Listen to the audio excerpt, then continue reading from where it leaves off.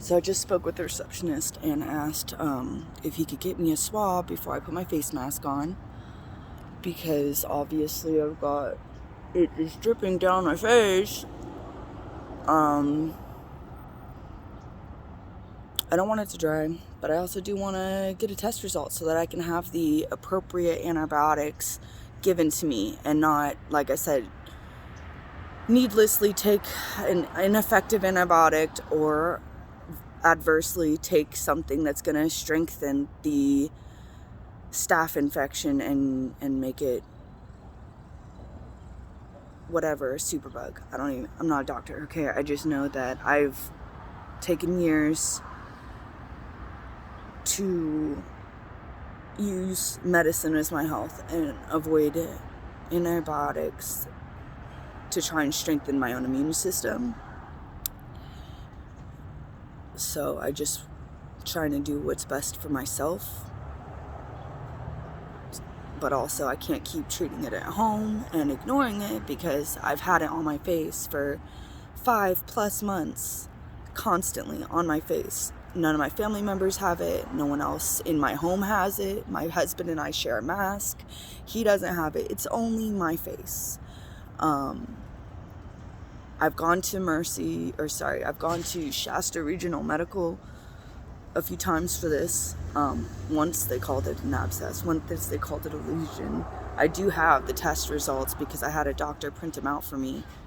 So, hold on.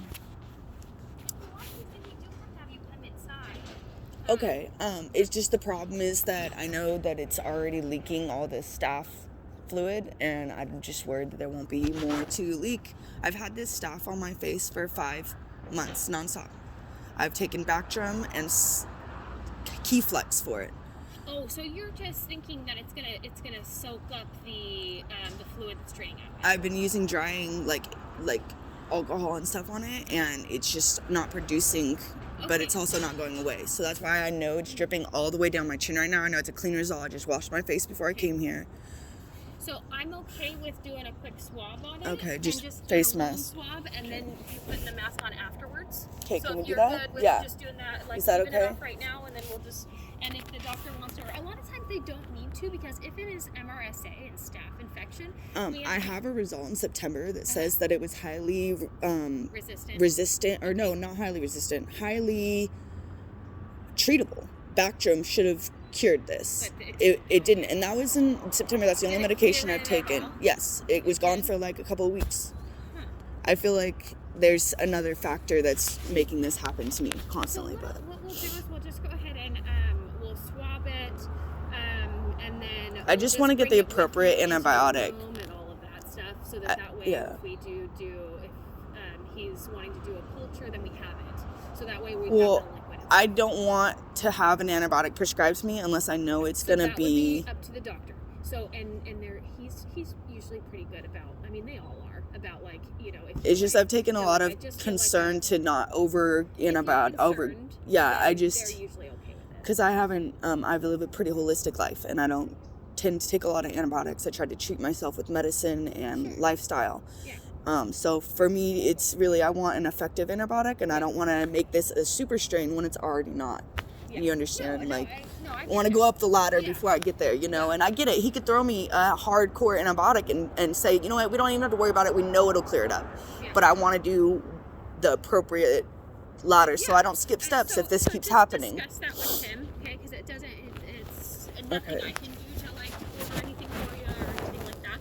But you can certainly discuss it with the doctor. Last time I was here, I did ask for a culture, and one of the a nurse technician told me that they wouldn't test me because it would just be dirty.